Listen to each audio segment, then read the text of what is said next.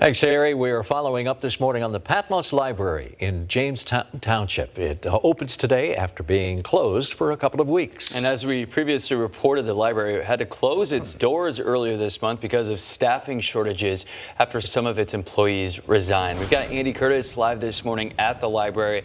And Andy, you just learned some new information on their process now to try and fill those jobs. Hey, that's right, Elliot. When we showed up earlier this morning, we saw a notice posted on that door saying that they'll be holding a special meeting here tomorrow afternoon to address some of the open positions still posted on the library's website and decide how to move forward with any of those potential candidates.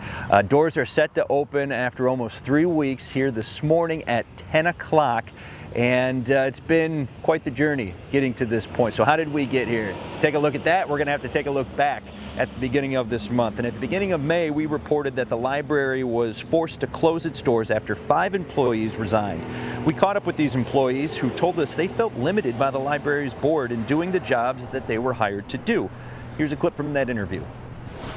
A lot of conflict between staff and library board members that has been making us feel uncomfortable, unwelcomed, and not a place that we all want to work.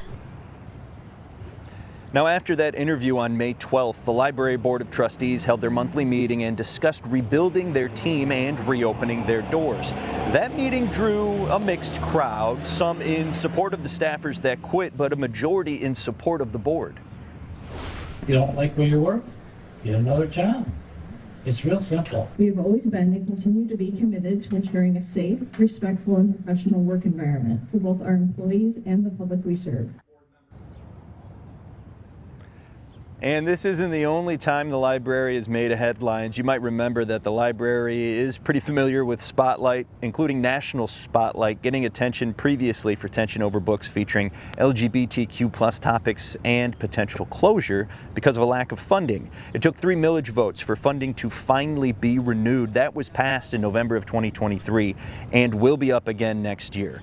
The library adopted a book labeling process sourced by the Library of Congress in September of that year. And again, the doors are set to open here this morning at 10 o'clock, and that special meeting is set for here tomorrow at 1 o'clock. If you'd like to see some of the stories, including the interview with the employees who resigned, some sound and more information from that board meeting, or to see our stories when we were covering all the national attention this library was getting, check out our website, fox17online.com.